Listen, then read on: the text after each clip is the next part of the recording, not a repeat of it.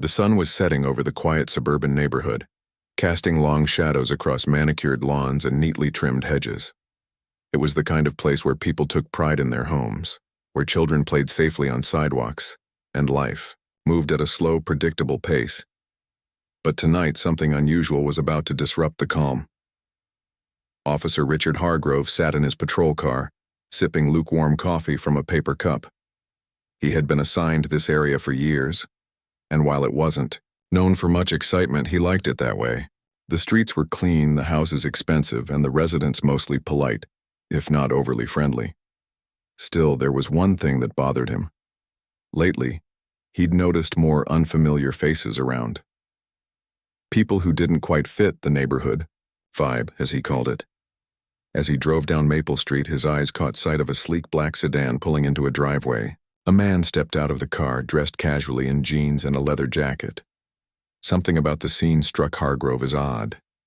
The house looked like any other on the block, large, well-maintained, and clearly expensive. But the man didn't seem to belong. His posture was confident, almost commanding, but Hargrove couldn't shake the feeling that something wasn't right. Curiosity got the better of him, so he slowed the car and pulled over near the driveway.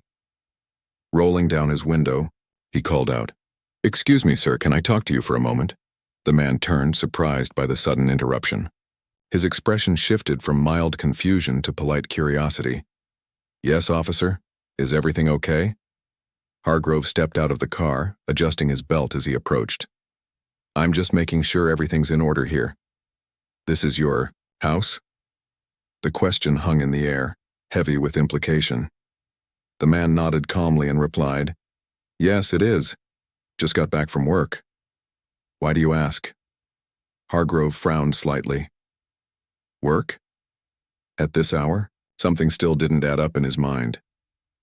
"Mind showing me some ID?" "You know, just standard procedure."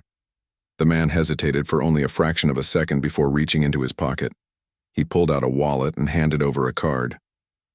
Hargrove glanced at it and immediately felt a mix of irritation and disbelief. The card read General Marcus Thompson, United States Army. Below it were insignias and credentials that left no room for doubt about the man's rank or importance. But instead of acknowledging the gravity of what he held in his hand, Hargrove scoffed. "This could be fake, you know. Anyone can print these things nowadays." His tone carried an edge of skepticism, even mockery. Marcus raised an eyebrow, his patience beginning to wear thin. "If you're unsure, feel free to verify it through official channels. I assure you it's legitimate." For a moment, Hargrove seemed uncertain, but then stubbornness took over. He shook his head dismissively. "Sorry, General or not, I need to follow protocol. Step aside, please." Before Marcus could respond, Hargrove reached for his handcuffs. "Sir, you're under suspicion of trespassing. Don't make this harder than it needs to be." Marcus stared at him, incredulous. "Trespassing? In my own home? Officer, this is ridiculous." But Hargrove wasn't listening anymore. His mind was made up. As he snapped the cold metal cuffs around Marcus's wrists, a small crowd began to gather. Neighbors peeked out of windows, curious about the commotion. Some stepped onto their porches, watching in stunned silence as the decorated Army general was led toward the patrol car. Elena Thompson, Marcus's wife, arrived home moments later, groceries still in her hands. When she saw her husband being shoved into the back seat of the police cruiser, her heart sank. "What's going on?" she demanded, rushing forward. "Why are you arresting my husband?" Hargrove barely glanced at her. "Ma'am, stay back. This is police business." "It's nonsense," Elena shot back, her voice trembling with anger. "That's General Marcus Thompson, a war hero, and this is our house." By now, whispers rippled through the growing crowd. Someone pulled out a phone and started recording. Another neighbor shouted, "Hey, leave him alone, we know him, he lives here." But Hargrove ignored them all. To him, none of it mattered. All he saw was a man who didn't look like he belonged in this neighborhood. And that was enough. As the patrol car pulled away, Marcus sat silently in the back seat, staring out the window. He wasn't afraid, far from it. But he couldn't help feeling a deep sense of disappointment. Disappointment in the system, in the prejudice that still lingered despite decades of progress. And disappointment in himself for letting someone like Hargrove rattle him, even if just for a moment. Little did anyone know this incident would set off a chain reaction that would change lives forever. For Marcus, it was the beginning of a fight, not just for justice but for dignity. For Hargrove, it marked the start of a downfall he never saw coming. And for the community, it became a wake-up call, a reminder that even in the most peaceful corners of the world, inequality and bias could rear their ugly heads when least expected. The fluorescent lights buzzed faintly overhead as General Marcus Thompson sat quietly in the cold, sterile room at the police station. His hands were cuffed to a metal table bolted to the floor, but his demeanor remained calm and composed. Despite the absurdity of the situation, he refused to let anger or frustration take hold. Instead, he focused on breathing steadily, reminding himself that this was just another challenge, one he would overcome with dignity. Officer Richard Hargrove stood nearby, leaning against the wall with his arms crossed. He wore a smug grin, clearly pleased with himself for what he believed was a job well done.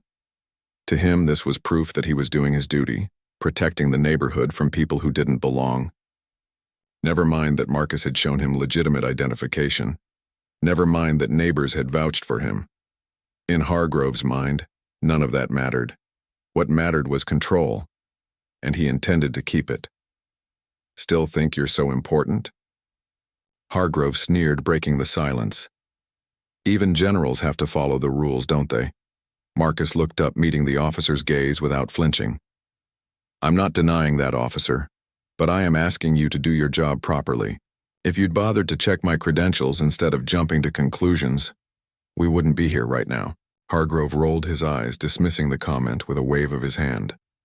Yeah, save the lecture. You'll get your chance to explain yourself later.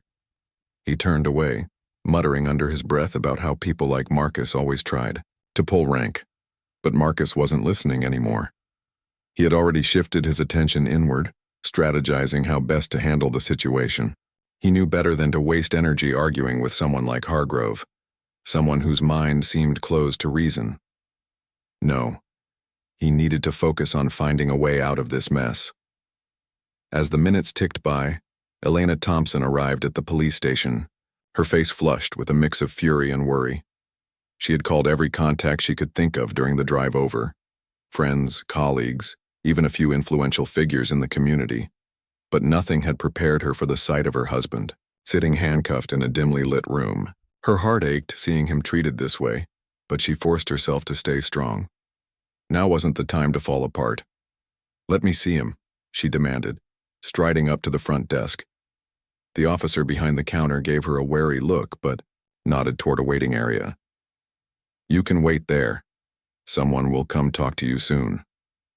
Elena clenched her fists, resisting the urge to shout. She took a seat on the hard plastic chair, pulling out her phone to make more calls. One name kept coming to mind: Colonel David Reynolds, an old friend of Marcus's from the Pentagon. If anyone could cut through red tape and demand answers, it was him. Meanwhile, back in the interrogation room, Hargrove continued to taunt Marcus, though his words carried less weight each time. You probably think you're untouchable, huh? Big shot general, fancy house. Guess all those medals don't mean much when you're locked up, do they? Marcus leaned back in his chair, studying the man before him. There was something almost pitiful about Hargrove. His need to assert dominance, his refusal to acknowledge his own mistakes. It wasn't malice exactly, but ignorance masquerading as authority. And while Marcus found it infuriating, he also felt a strange sense of pity. This man was trapped in his own narrow worldview, unable to see beyond it. I'm not looking for special treatment, Marcus finally said, his voice steady. I'm asking for fairness, that's all any of us should expect. Hargrove snorted. Fairness doesn't exist, pal. Not in my line of work. Before Marcus could respond, the door swung open, and a sergeant stepped inside. He glanced between Hargrove and Marcus, then addressed the officer. Hey Hargrove, Chief wants to see you upstairs. Something about protocol violations. Hargrove's smirk faltered slightly, but he quickly recovered. Fine, just keep an eye on him, will ya? Don't want him trying anything funny. As the door closed behind him, Marcus allowed himself a small sigh of relief. For the first time since the ordeal began, he felt a glimmer of hope. Whatever was happening upstairs, it couldn't be good for Hargrove. Upstairs, chaos was brewing. Colonel David Reynolds had made good on Elena's call, contacting the local police chief directly. By the time Hargrove entered the office, the room was filled with tension. The chief sat behind his desk, his face unreadable as he listened to Reynolds' stern voice on speakerphone. "This is unacceptable," Reynolds said, his tone sharp and authoritative. "General Thompson is one of our most decorated officers. He has served this country honorably for decades, and yet he's being treated like a common criminal because of some baseless accusation. I expect an immediate explanation and resolution." "Q." Chief cleared his throat nervously. "Colonel, I assure you we're looking into this matter thoroughly. We value our relationship with the military and—" "Then act like it," Reynolds interrupted. "Release him immediately. Any further delay will reflect poorly on your department." Hargrove shifted uncomfortably in the corner, realizing too late that he might have overstepped. But before he could defend himself, the chief turned to him with a piercing glare. "What exactly were you thinking, arresting a high-ranking officer without proper cause? Do you realize the kind of trouble this could bring down on us?" Hargrove stammered, struggling to justify his actions. "Sir, I was just following procedure. The guy didn't look like he belonged in that neighborhood. That's not procedure, that's prejudice," the chief snapped. "And it's going to cost us dearly if we don't fix this fast." Back downstairs, word of the escalating situation reached the other officers on duty. Some exchanged uneasy glances, knowing full well that Hargrove's behavior often skirted the line of professionalism. Others whispered among themselves, speculating about what punishment awaited him. Meanwhile, surveillance footage from earlier in the evening was being reviewed, not just by internal affairs, but by lawyers and activists who had caught wind of the story. By the time Marcus was finally released, hours after his arrest, the damage was already done. News outlets had picked up the story, fueled by videos recorded by neighbors and shared online. Social media erupted with outrage, hashtags, trending nationwide. People demanded accountability, calling for justice not only for Marcus but for countless others who had faced similar treatment. As Marcus walked out of the station, greeted by Elena and a swarm of reporters, he paused for a moment. Cameras flashed, microphones were thrust forward, and voices shouted questions from every direction. But Marcus simply held up a hand, signaling for silence. "I won't deny that tonight was difficult," he began, his voice calm but firm. "But I believe in the power of dialogue and reform. This isn't just about me. It's about ensuring that no one else has to endure what I've experienced today." His words resonated deeply, sparking conversations across the nation. While Marcus chose to channel his experience into advocacy, Hargrove found himself facing consequences far greater than he'd ever imagined. The wheels of justice had begun to turn, and there was no stopping them now. The days following Marcus Thompson's release from the police station unfolded like a storm gathering strength. What had started as a single act of prejudice quickly spiraled into a national conversation about systemic racism, accountability in law enforcement, and the enduring struggle for equality. The story was everywhere, on television screens, social media feeds, and newspaper headlines. It seemed impossible to escape the ripple effects of that fateful evening. For Officer Richard Hargrove, life became increasingly unbearable. His name was plastered across news outlets alongside accusations of racial profiling and abuse of power. Friends and colleagues who once laughed at his jokes now avoided eye contact. Even his own family began distancing themselves, embarrassed by the growing public scrutiny. At first, Hargrove tried to brush it off, convincing himself that the backlash would die down eventually. But as more details emerged, including footage of his behavior during Marcus's arrest, he realized the gravity of what he'd done, and the consequences were far from over. Internal Affairs launched a formal investigation almost immediately. Investigators combed through years of Hargrove's records, looking for patterns of misconduct or bias. Neighbors who had witnessed the arrest came forward, recounting how they had vouched for Marcus only to be ignored.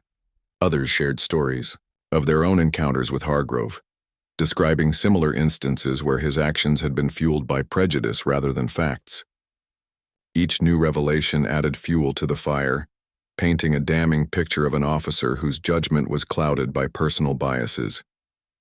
Meanwhile, Elena Thompson worked tirelessly behind the scenes, using her skills as a civil rights attorney to amplify the issue. She knew this wasn't just about her husband, it was about exposing a broken system and demanding change. Within hours of Marcus's release, she drafted a detailed statement outlining the events of that night and calling for reforms within the police department. She also reached out to activists, journalists, and organizations dedicated to fighting racial injustice, urging them to keep the pressure on. "I won't let this moment slip away," Elena told Marcus one evening as they sat together in their living room. "This is bigger than us. We have an opportunity to make a difference, to ensure no one else has to go through what you did." Marcus nodded, though he looked weary. The emotional toll of the past few days was evident in the dark circles under his eyes and the slight slump of his shoulders. Still, he agreed with her completely. "If sharing my story can help even one person, then it's worth it," he said softly. Elena smiled, squeezing his hand. "It will help more than one person. Trust me." As the story gained traction, support poured in from all corners of society. Military personnel, both active and retired, rallied around Marcus, praising him for his grace under pressure. Prominent figures in politics, entertainment, and sports used their platforms to speak out against racial profiling and demand accountability. Hashtags like Justice for Marcus and End Racial Profiling trended online, sparking debates and drawing attention to similar cases across the country. But perhaps the most powerful response came from ordinary citizens, people who saw themselves or their loved ones in Marcus's story. Parents shared fears about their children being targeted because of the color of their skin. Young adults recounted times they'd been followed in stores or pulled over without cause. Countless voices joined together, creating a chorus of outrage that couldn't be ignored. Back at the police department, tensions ran high. Chief Alan Peterson found himself caught between defending his officers and addressing legitimate concerns from the public. He called an emergency meeting with his senior staff, stressing the importance of transparency and accountability. "We're being watched right now, not just by the community but by the entire nation," he said grimly. "If we don't handle this properly, we risk losing trust forever." Some officers argued that Hargrove's actions didn't represent the department as a whole, while others admitted privately that they'd suspected problematic behavior from him for years. Regardless of their opinions, everyone agreed on one thing: something had to change. Peterson announced plans to implement mandatory bias training for all officers and establish a civilian review board to oversee complaints against the department. While these measures wouldn't erase decades of systemic issues overnight, they signaled a willingness to listen and improve. Amidst the chaos, Marcus continued to advocate for reform. He gave interviews, attended rallies, and spoke at town hall meetings, always emphasizing the need for dialogue and understanding. Though he could easily have retreated into private life after such a traumatic experience, he chose instead to step into the spotlight, knowing his voice carried weight. At one particularly moving event, he stood before a packed auditorium and shared his thoughts. "I've spent my life serving this country," he began, his voice steady but filled with emotion. "I've faced danger overseas, stood shoulder to shoulder with men and women of every race and background, and fought for ideals I believe in. But coming home should never mean facing discrimination or worse, injustice because of who I am." The crowd erupted in applause, many rising to their feet. Tears streamed down some faces as people cheered, inspired by Marcus's courage and resilience. For many, seeing a decorated general stand up against inequality reinforced the idea that no one was immune to its effects, and that everyone had a role to play in combating it. Despite the overwhelming support, not everyone reacted positively. Some defended Hargrove, claiming he was simply doing his job and shouldn't be vilified for making a mistake. Others dismissed the incident as an isolated case, arguing that focusing too much attention on it would only create division. These voices, though smaller in number, remained vocal, highlighting the deep divides that still existed in society. Through it all, Marcus remained steadfast.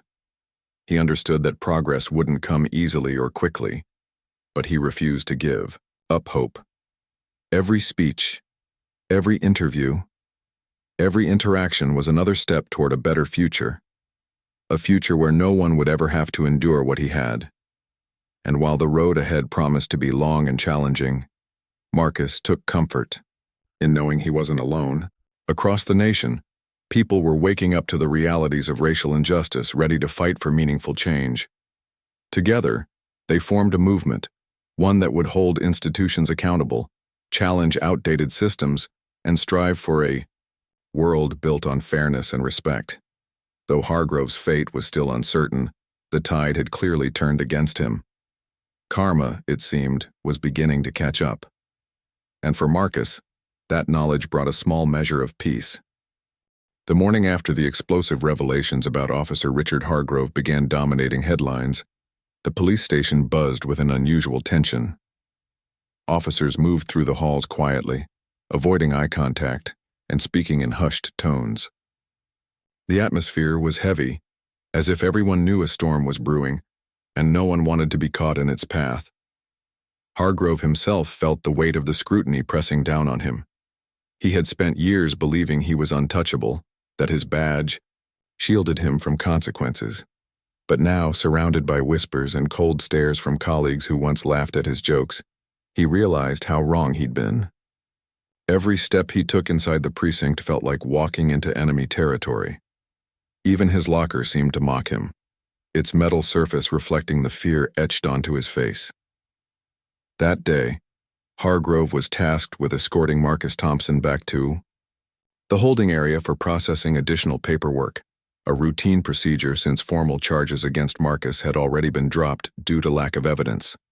As they walked side by side down the narrow corridor, Hargrove kept his eyes fixed ahead, trying to ignore the irony of the situation. Here he was, leading a man he'd wrongfully arrested just days earlier, while the entire nation watched his career crumble. The hallway was slick from a recent cleaning, and a faint smell of disinfectant lingered in the air. Hargrove's boots squeaked slightly against the polished floor as he moved, but he didn't notice until it was too late. His foot slipped on a patch of wetness near the holding cells, sending him sprawling backward with a loud thud. Pain shot through his body as he landed hard on the unforgiving tile, clutching his lower back and groaning in agony.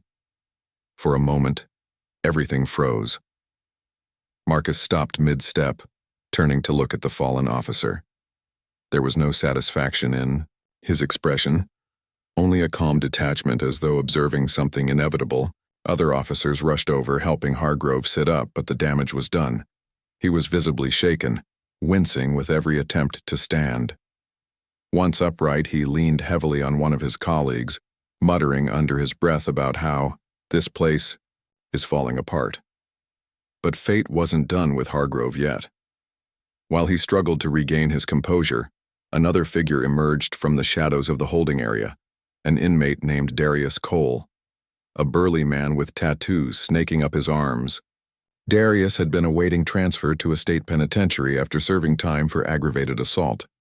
He had a reputation for being unpredictable, someone even seasoned guards approached with caution. Darius's sharp eyes locked onto Hargrove immediately. Recognition flickered across his face, followed by a slow, menacing grin. Years ago, Hargrove had planted evidence on Darius during a drug raid, framing him for possession with intent to distribute. It was a move that had cost Darius his freedom, shattered his family, and left him embittered. Now, seeing the same officer vulnerable and humiliated, Darius saw an opportunity for revenge. Before anyone could react, Darius lunged forward, breaking free from the grip of the distracted guard who had been watching him. In seconds, he was upon Hargrove, grabbing him by the collar and slamming him against the wall.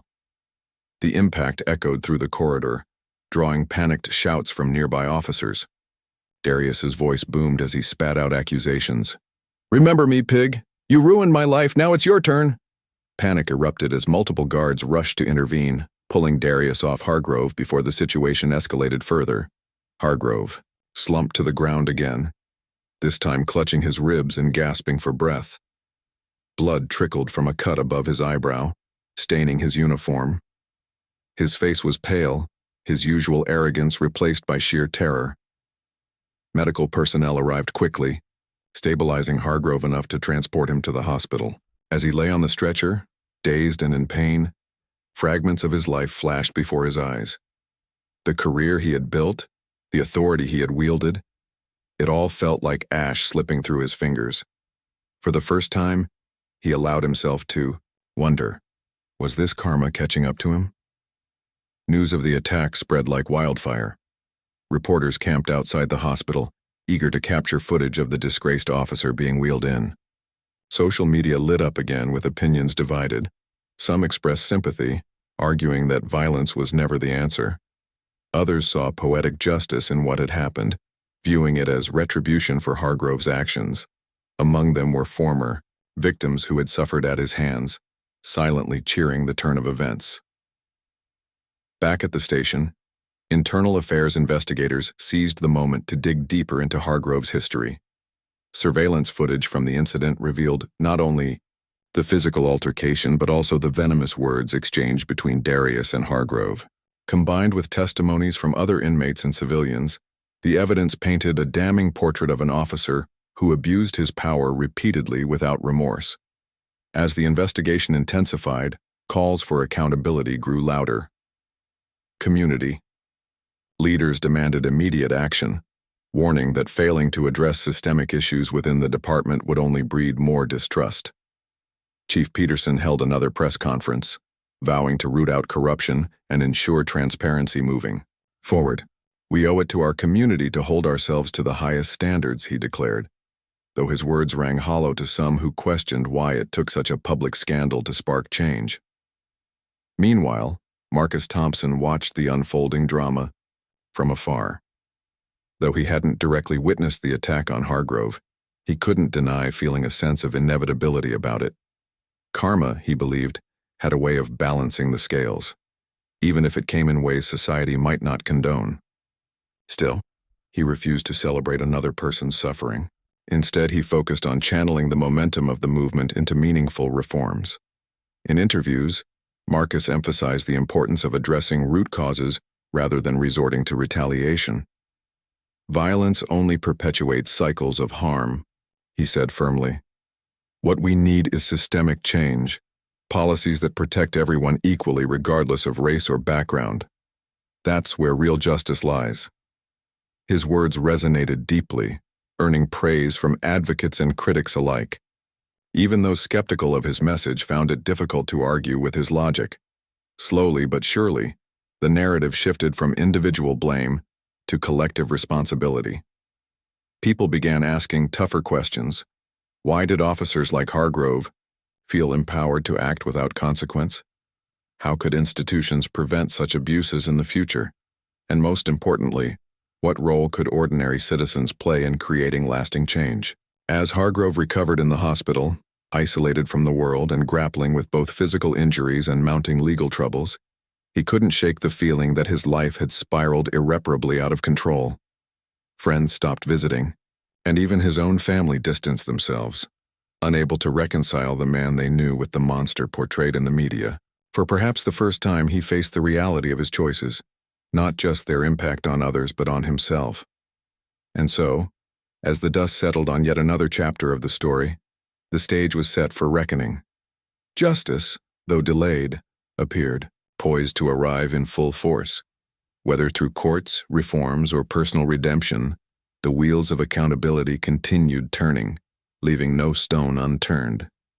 For Marcus, it was proof that standing firm in the face of adversity could inspire hope.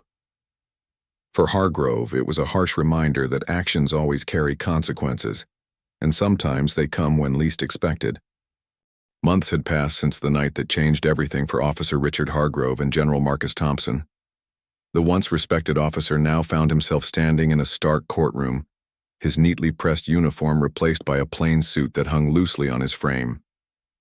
He looked thinner, paler, and visibly worn down, not just from the physical injuries sustained during the altercation with Darius Cole, but also from the emotional toll of facing public disgrace and legal consequences.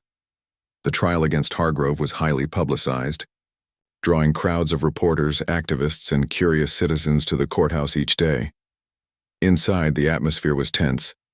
Rows of seats filled quickly, murmurs rippling through the room as people waited for proceedings to begin.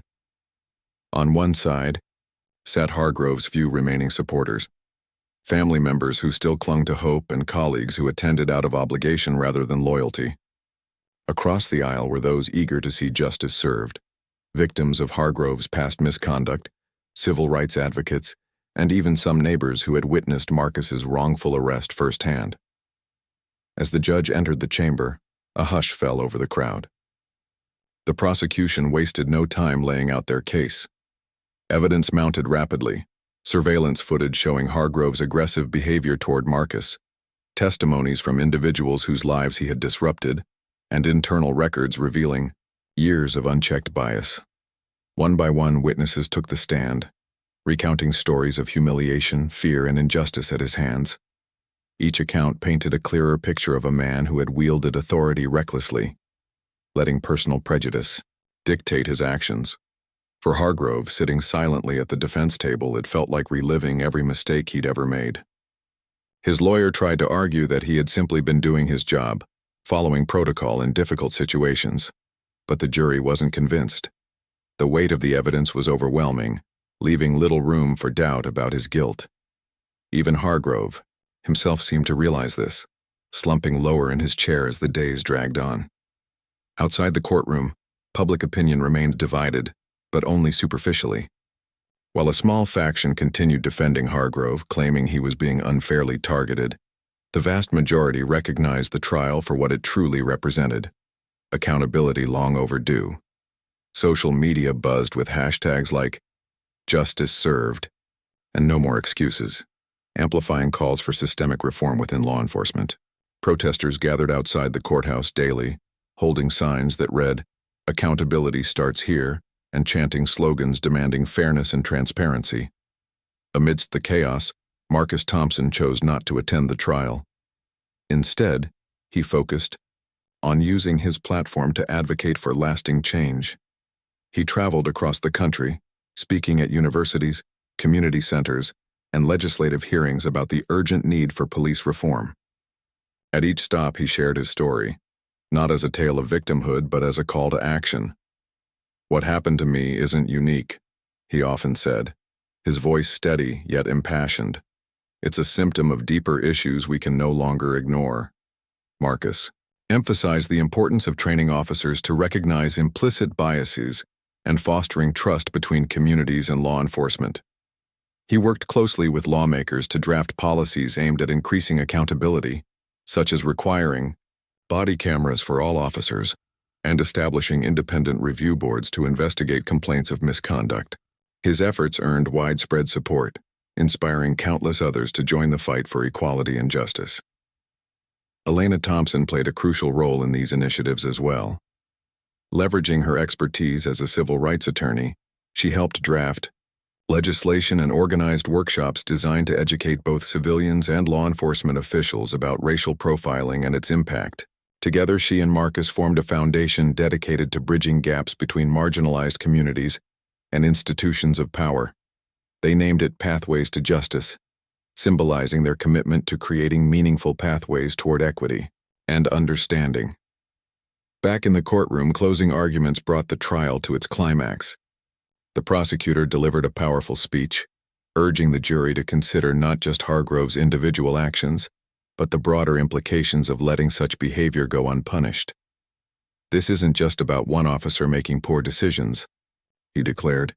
"It's about sending a message that abuse of power will not be tolerated, not today, not ever." Hargrove's defense attorney countered by appealing to compassion, reminding the jury that everyone makes mistakes and deserves a second chance. But his words rang hollow in light of the overwhelming evidence presented throughout the trial. When the jury finally returned with their verdict, guilty on multiple counts of misconduct and abuse of power, the courtroom erupted in applause. For many, it was a moment of vindication, proof that justice could prevail when people stood together. Hargrove's sentencing came weeks later.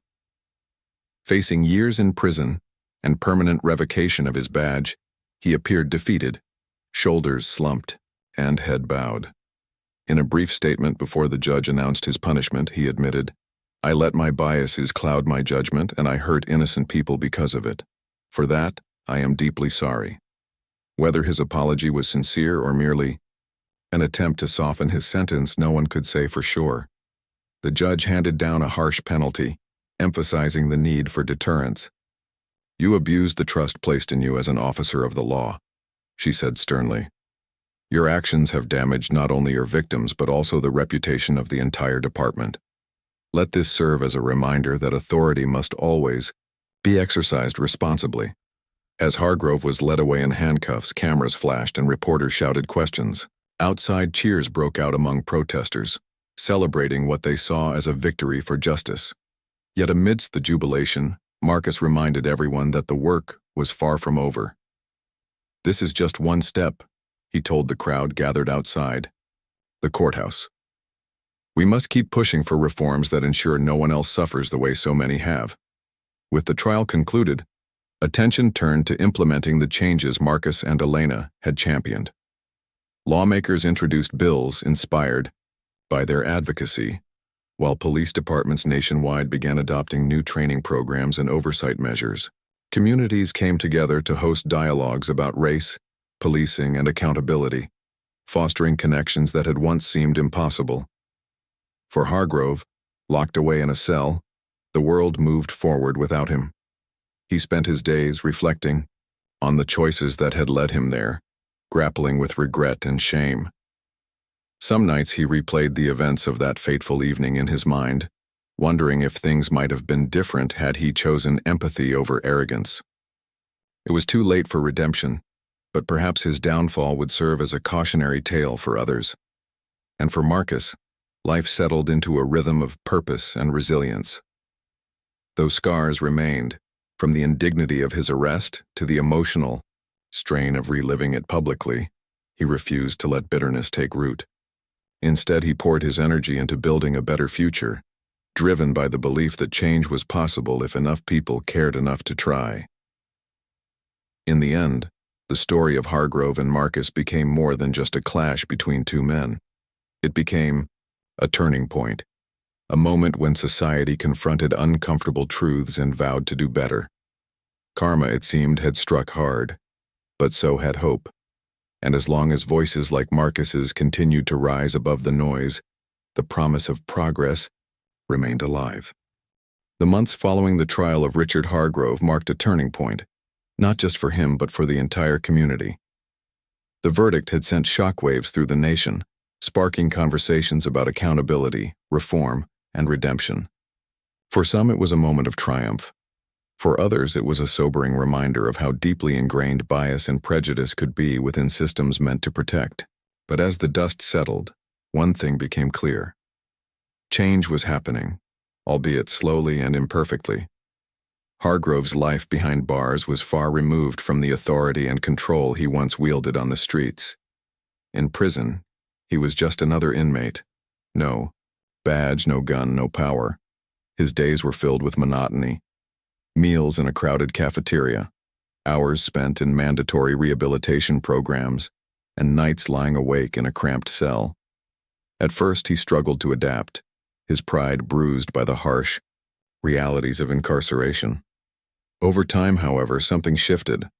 Whether it was the weight of guilt pressing down on him, or the realization that his actions had consequences, Hargrove began reflecting on his past choices. During group therapy sessions, he listened to stories from other inmates, men who had been victims of systemic injustice, much like those he had wronged. One man spoke of being falsely accused because of planted evidence. Another described years lost due to racial profiling. These accounts hit close to home for Hargrove, forcing him to confront the damage he had caused. He started participating, more openly, sharing fragments of his own story, not to seek sympathy but to acknowledge his mistakes. It wasn't redemption exactly, but it was a start. Meanwhile, outside the walls of the penitentiary, Marcus Thompson continued to lead the charge for reform. His foundation, Pathways to Justice, gained momentum, attracting support from all corners of society. Donations poured in, allowing the organization to expand its reach and influence. Volunteers flocked to join workshops and training sessions, aimed at fostering empathy and understanding between law enforcement officers and communities. Slowly but surely, bridges were being built where there had once been only divides. One of the most impactful initiatives Marcus spearheaded was a mentorship program, pairing young activists with seasoned leaders in civil rights advocacy. Through this program, participants learned valuable skills in organizing protests, drafting legislation, and engaging with policymakers. Many went on to become voices for change in their own cities, carrying forward the mission Marcus had ignited. "It's not enough to tear down broken systems," Marcus often said during speeches. "We must also build new ones rooted in fairness, dignity, and respect." Elena Thompson played an equally vital role, working tirelessly as both a lawyer and an advocate. She represented individuals who had suffered at the hands of biased policing, ensuring their voices were heard in courtrooms and beyond. Her legal victories inspired confidence in marginalized communities, proving that justice was possible when people stood together. Together, she and Marcus became symbols of resilience, a couple determined to turn personal pain into collective progress. Back in the suburban neighborhood where it all began, life had changed too. Neighbors who had watched silently as Hargrove arrested Marcus now felt empowered to speak out against injustice. Community meetings drew larger crowds, with residents discussing ways to hold local authorities accountable. Some even formed watchdog groups to monitor police activity, documenting incidents of misconduct and reporting them to oversight boards. What had once been a quiet, seemingly idyllic suburb transformed into a hub of activism, proving that change could take root anywhere, even in the unlikeliest places. For Marcus, the journey wasn't without its challenges. There were moments when the weight of responsibility felt overwhelming, when the scars of his ordeal resurfaced in unexpected ways. Late at night, he sometimes replayed the events of that evening in his mind, wondering if things might have unfolded differently. Could he have said something else? Done something more? But these thoughts never lingered long. Each morning he woke up renewed, reminded of the countless lives depending on his efforts. His perseverance paid off. Legislation inspired by his advocacy passed in several states, mandating stricter oversight of law enforcement agencies and requiring regular audits of department practices. Schools incorporated lessons about racial profiling and implicit bias into their curricula, teaching children early about the importance of treating everyone fairly. Even Hollywood took notice, producing documentaries and films highlighting stories of courage and resilience in the face of inequality. As the years went by, Marcus's legacy grew. He became a household name, synonymous with integrity and determination. Awards lined the shelves of his office, though they weren't what mattered most to him. What truly brought him joy was seeing tangible results, the smiles of families reunited after wrongful separations, the relief in the eyes of individuals exonerated thanks to new policies, the hope radiating from young activists eager to shape the future. Richard Hargrove, meanwhile, remained largely forgotten by the world outside prison walls, yet even in his isolation he found purpose. After serving half his sentence, he was transferred to a minimum security facility, where he began mentoring younger inmates struggling to adjust to life behind bars. Drawing from his own experiences, he encouraged them to reflect on their actions and consider how they might contribute positively upon release. It wasn't forgiveness he sought. It was a chance to leave the world slightly better than he had found it. On a chilly autumn afternoon several years later, Marcus returned to the same suburban neighborhood where his story had begun. The house looked the same, though fresh coats of paint brightened its exterior. Children played in the street, laughing without a care in the world. As he walked along the sidewalk, Neighbors greeted him warmly, thanking him for everything he had done to spark change. Standing on the driveway where he had been handcuffed years earlier, Marcus paused to take it all in. The memories still lingered, but they no longer carried the sting of humiliation. Instead, they served as reminders of how far he, and so many others, had come. Turning to Elena, who stood beside him, he smiled softly. "This is what we fought for," he said simply. "A place where everyone belongs." And in that moment, surrounded by love, gratitude, and hope, Marcus realized that true justice wasn't just about punishing wrongdoing. It was about creating a world where such wrongs couldn't happen in the first place. Karma had struck hard. Yes, but so had compassion. And together they had paved the way for healing and transformation.